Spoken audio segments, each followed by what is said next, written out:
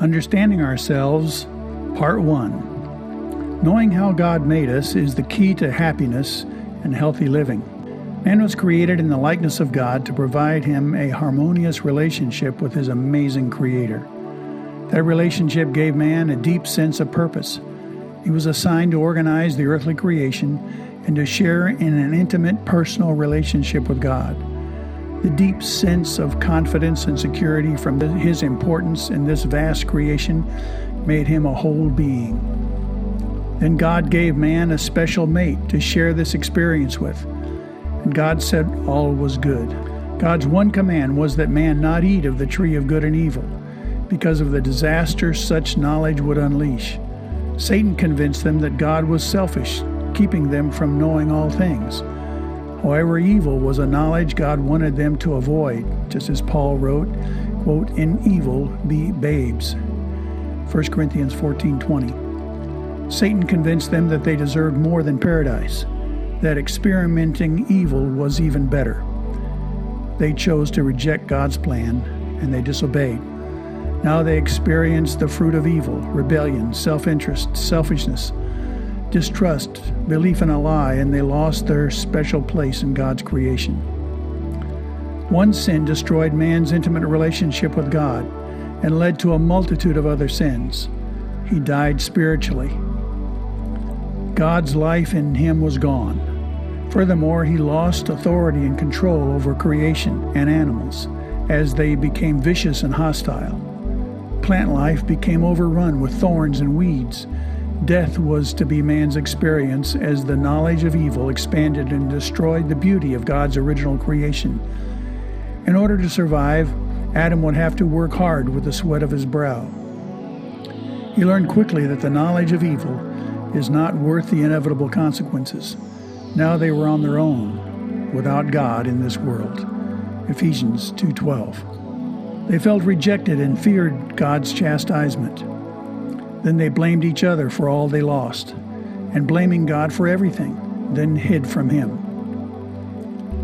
Man became insecure with God and with each other. Likewise, they felt powerless in a vast, wild, vicious world over which they now had no authority. What a mess they'd made of everything.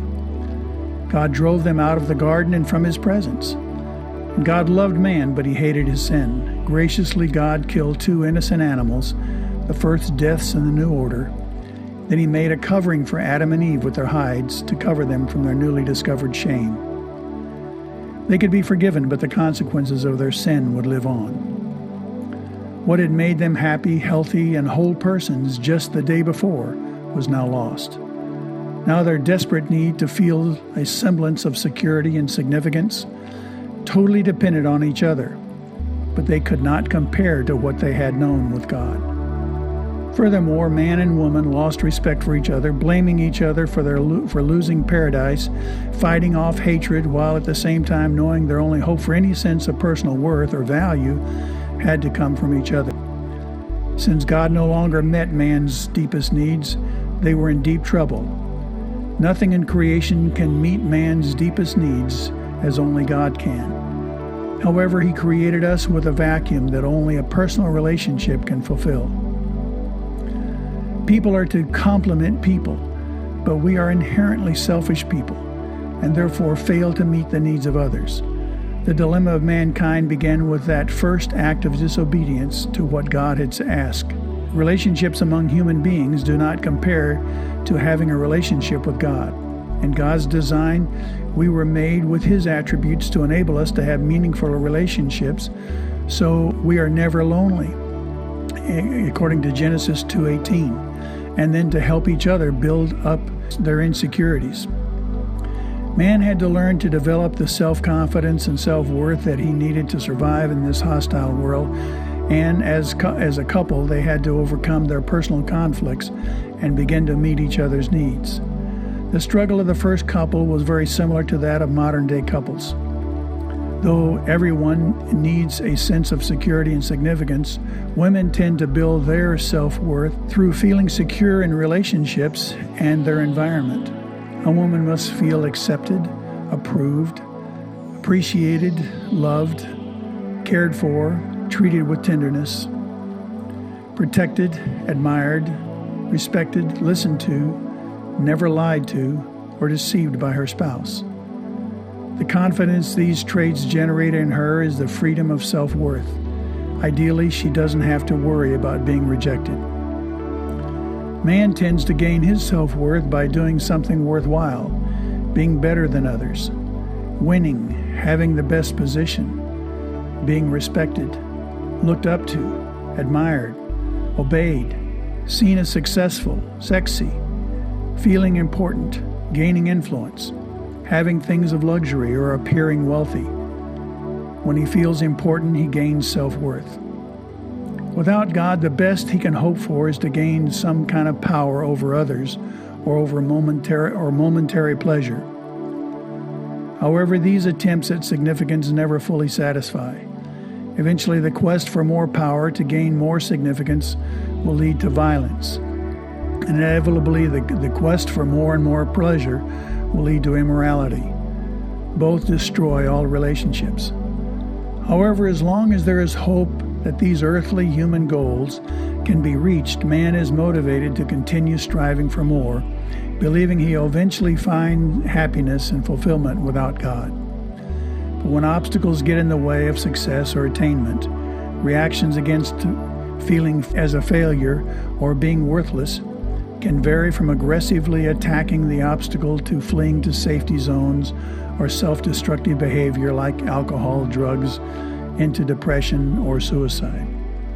When a person believes that temporary or earthly satisfaction will bring self-worth to one degree or another, he tends to live insecurely, manipulating responses he or she needs, demanding, controlling, angry, bitter, or aggressive actions against problems in his or her way.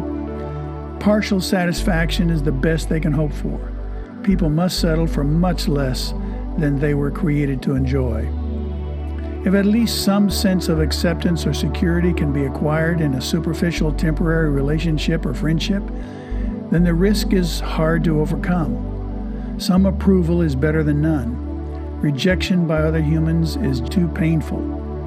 Some say it's safer to stay single and alone, or possibly to live with a temporary partner. Even a depression can be an excuse for some level of protective security. No decision or commitment means no failure. No failure means no rejection. No rejection means no more hurt. Thus, people withdraw into isolation or become hostile towards everyone who might be seen as a threat to their weakened self-confidence.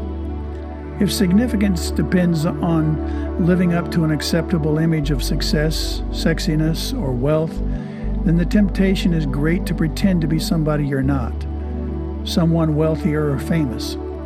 The inability to admit failure and accept rejection, scorn, or criticism can motivate illegal and deceptive actions to cover up deficiencies. The life quest for significance at all cost. Problems in life develop when the basic needs of security and significance are threatened or perceived to be so.